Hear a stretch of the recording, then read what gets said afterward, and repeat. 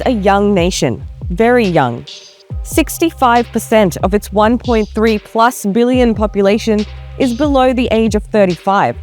That's nearly 900 million. In this election, 18 million young Indians are eligible to vote for the very first time. Add to that another 197 million under the age of 30, and what you've got is a huge voting bloc, one that political parties are pulling out all the stops to get the support of. But are they listening or even interested in being part of this massive democratic exercise?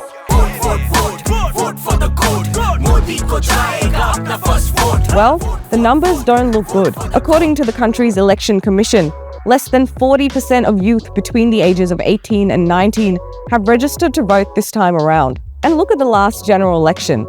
The turnout among voters under 35 was well under the overall average of 67%. So why are there fewer young Indians participating in general elections? Chaitanya Prabhu founded Mark Your Presence, an organization that's encouraging young Indians to register to vote. Given that 65% of India's population is below the age of 35, and sadly this population is not really coming out to vote in large numbers. So the whole point was of how we could probably sensitize young people and see that they participate in an election. And as soon as we started this movement, we realized that there is interest, but sadly there's not enough information about going out to vote, registering to vote. That for the young people, employment has become a real issue. Representation in university has become a real issue. Having access to open spaces is a real issue. And having educated leaders talk about our issues have become, something that we are vigilant about. But it all boils down to unemployment at this stage, because young people are graduates in India and they do not have employment. This becomes a major concern, especially in metropolitan cities. But employment has been on the top priority of every young person. The fact that the institutes that have always guaranteed placements are now not having places to go. To get more insights into voting behaviour, I went to Delhi University and talked to young Indians about how they're viewing these elections.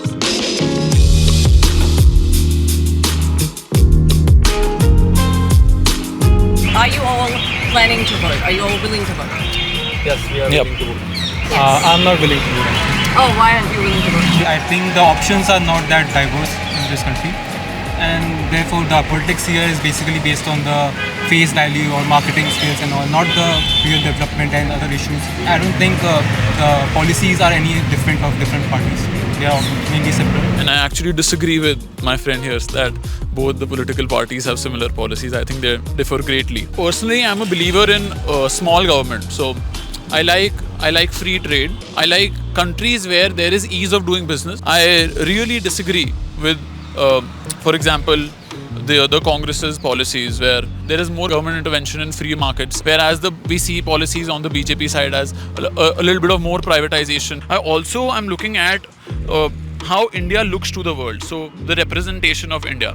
I don't think that we currently have a competent leader to rival the position that our Prime Minister has put us in globally. If you look at the Congress side or any of the parties that are part of the India Alliance, I don't think there exists a leader that could put us on that level of position globally. So as to why I'll be voting, I think because we are the world's largest democracy. As citizens of this democracy, we have to do everything in our power to help the country retain the qualities that make it a democracy. And the biggest one of that is voting. So I would very much like to exercise my right to vote, and I would want that of every person who is eligible to vote. So even for me, like the last 10 years, the hopes and aspirations I had for myself and my country a decade ago are not the same that I have right now, because I'm seeing how the rest of the world is evolving and I'm seeing how my country is evolving. I feel like we are a very skilled and capable set of people. We can be doing more. What is the basis that you make your vote on? So the biggest point for me is employment. The other one is I come from a very impoverished state, Uttar Pradesh. It ranks quite low in every criteria that matters in terms of development. So poverty is a issue for me. This election has also raised several issues, from electoral bonds to the arrests of politicians and a media that is increasingly polarized. So what do young people think about the state of politics in the country? Are you happy with the way politicians are running this election? The way elections are run in this country is not good at all. Like they run the election, the campaigning is based on religion, and like recently also we have seen many videos by many prominent leaders talking about various religions. I don't want to get into that, but that's not right. Like some way they are radicalizing people. Really unfair and not right in the sense that because religion not only tends to polarize people, but in a country that is so diverse, just for the sake of getting a particular vote bank, when you pit one religion, one community against each other, it will end up causing issues in the long run. The current political campaigning, if anybody has gone through the news, it's really not fair and free anymore.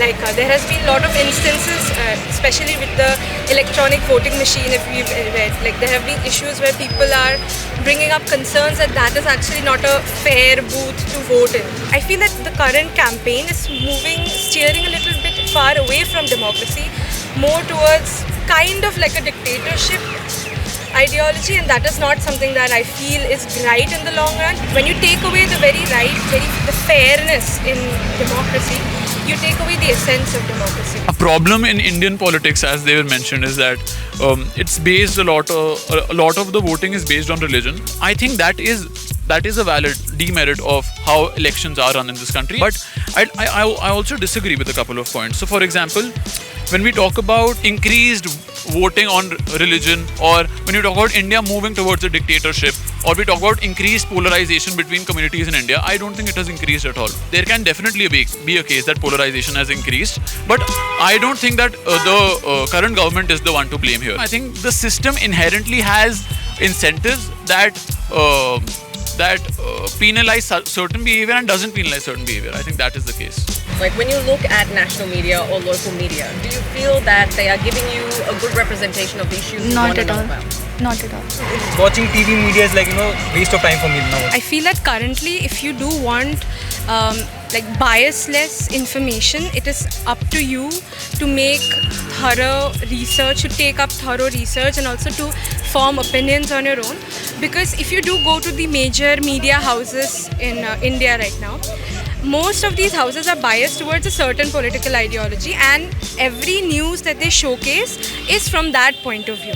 And as we know, the Instagram or social media algorithm, or any algorithm for a matter of fact, shows us exactly what we want to see. So when you do your research, you realize that okay, I am biased towards a certain ideology, and when I do research, I get all the news that is biased towards that ideology. This is so problematic because few days back I was having a conversation with my friend, and the news that I was talking and the news that she was talking was polar opposites, because the kind of news that she has read, the kind of information that she has acquired comes from a very different part of the internet, and the kind of news that I have acquired comes from the different part of the internet. So this becomes so problematic because we do not know what is actually true. So I think legacy media, there is a shifting trend globally. I don't think this is restricted to India. So for example, people in other countries as well, there is an increasing trend to watch individual news journalists and to view their news on social media platforms. On YouTube, there is also availability of people who do individual analysis. So for example, there are a lot of people who give their individual insights. On social media, there are a lot of people who have a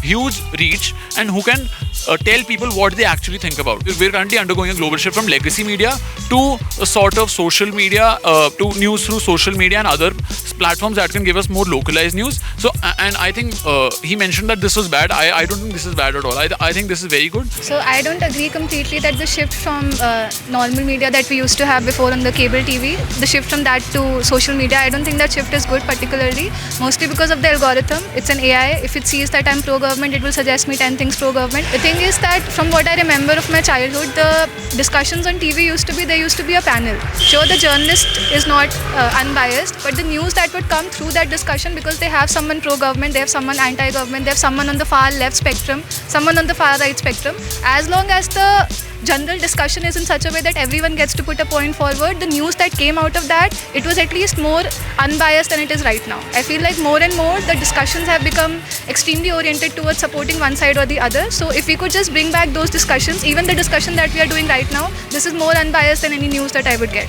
because at least this way I get to hear people's actual opinions without anyone else trying to steer me into a particular direction. The PM gave a speech recently, a very controversial speech, in which he was saying that If the Congress gets into power, then the wealth of Hindus will be taken and redistributed to Muslims. And essentially, Muslims will be given preferential treatment. So what do you guys think about the message? It is a really fine line actually to talk about Hindu and Muslim and resource redistribution. There is some sort of polarization going on, and which can result in outcomes which are bad for even the economy. I know they did it just because for the votes, but still it's a bit of unethical. We can argue whether the statement is good or bad. I think the reason he was able to make this statement is because the Congress has a history of affirmative action. So for example, even if you download the Congress manifesto right now, the number one point on their manifesto is affirmative action. So the reason that the Prime Minister was able to make such a statement and have a lot of people believe him, because the Congress has had in its past a lot of affirmative action and is promising to do that in the future, which I personally believe is very harmful. The general intent behind the statement is that, according to me, is that we should stay away from parties that promise increased affirmative action, because that is wrong for the country, and that is the value I am behind. What do you guys think of electoral bonds as an issue? Do you think it was important, not important? What are your opinions on electoral bonds? At least on my social media it was. I see a lot of people participating. In fact, a lot of people that I know to be apolitical have been participating after they found out the issue of the electoral bonds. I'm glad that the Supreme Court brought it to notice, and I'm sure that in the elections, anyone who has taken notice of that issue, that issue would definitely be in their mind while they're taking a choice to vote. Whether the youth's share of the vote goes up or down this election remains to be seen once the results are out. But there's no doubt that the future of this country rests in the hands of its young and growing population.